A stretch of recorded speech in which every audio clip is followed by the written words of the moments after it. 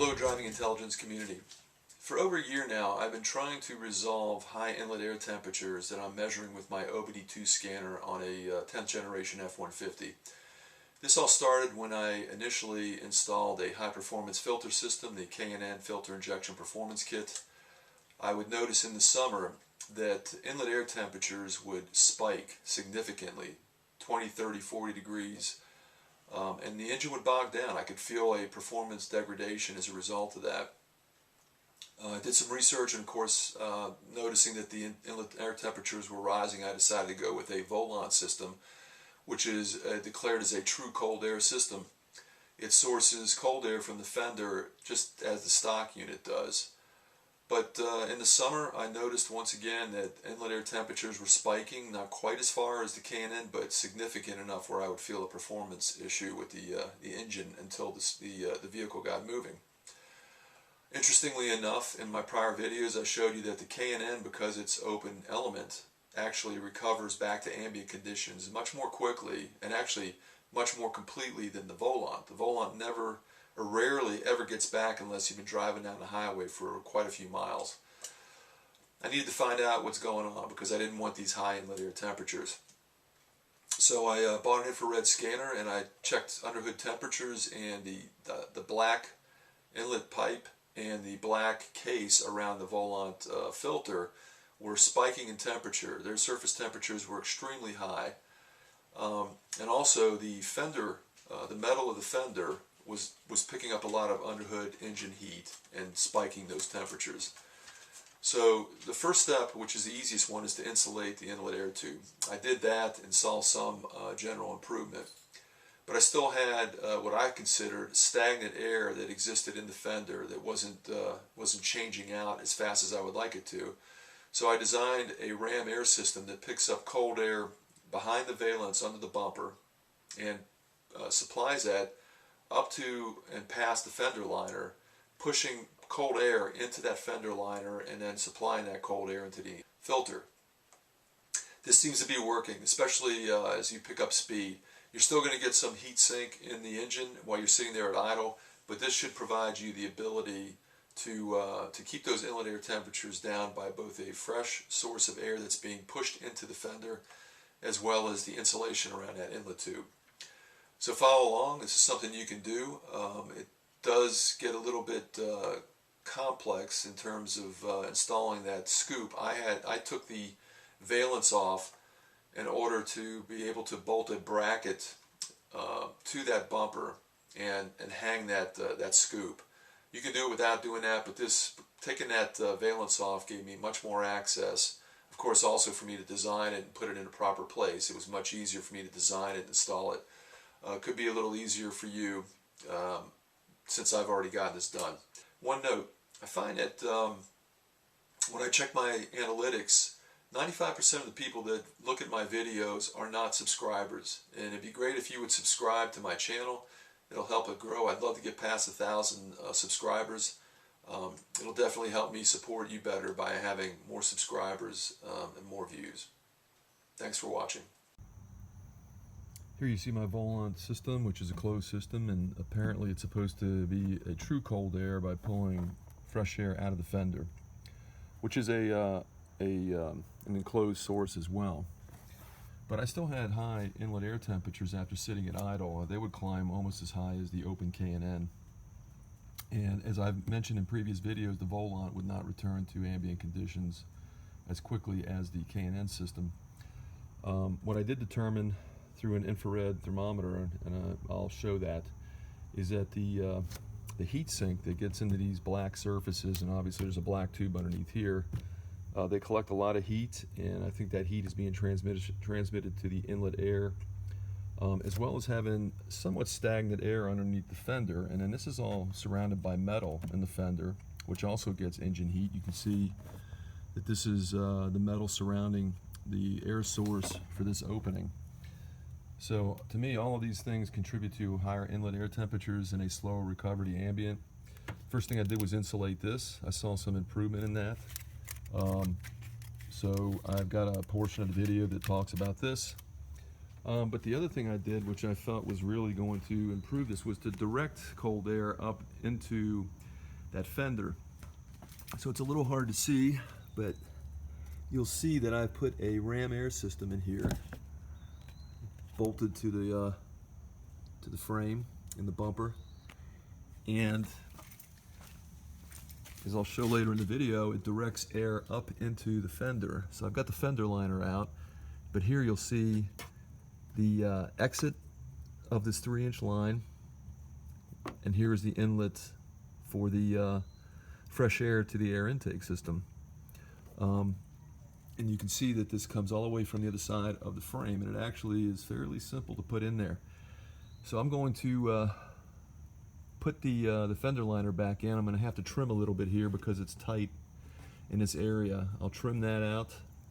So this will be protruding somewhat through the fender liner, but it'll still keep this all sealed and keep moisture away from the engine, which obviously we all don't want. It could cause some misfires and other electrical issues.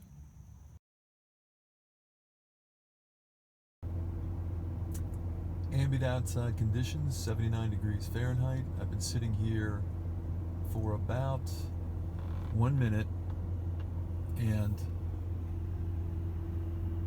with my Volant cold air system only pulling air in from the fender, my inlet air temperature has jumped up to 106 now, and it's continuing to go up.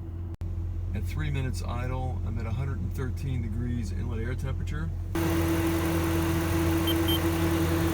124.7. This is where the heat's coming from in the engine bay, even though this is a closed air system. We're only at 87 degrees outside. 117 degrees inlet air temperature. So, the source of the air is the fender. I'm convinced that these black surfaces here, even this, collects heat. There's heat soak in this from the engine. They're not insulated. It's just single wall tubing. I'm going to try something with some closed cell foam that I had purchased to sound deaden the vehicle. And I also have some insulating tape. So after removing the inlet tube, I've measured the distance that I'll be able to cover. So I'm going to go from these nipples here. I won't be able to go all the way up to the throttle body. Around here, which is about 17 inches. And then I did the circumference, which is about 12 inches, but I'm doing 14 just to give me some overlap to make sure there's no exposed surfaces. I'll definitely have to cut a hole here for the idle air temperature sensor. So let's get to cutting. I've cut the insulation out, and now I've got to form fit it around this turn. I'm going to have to make some cuts, so I think I'm going to start here.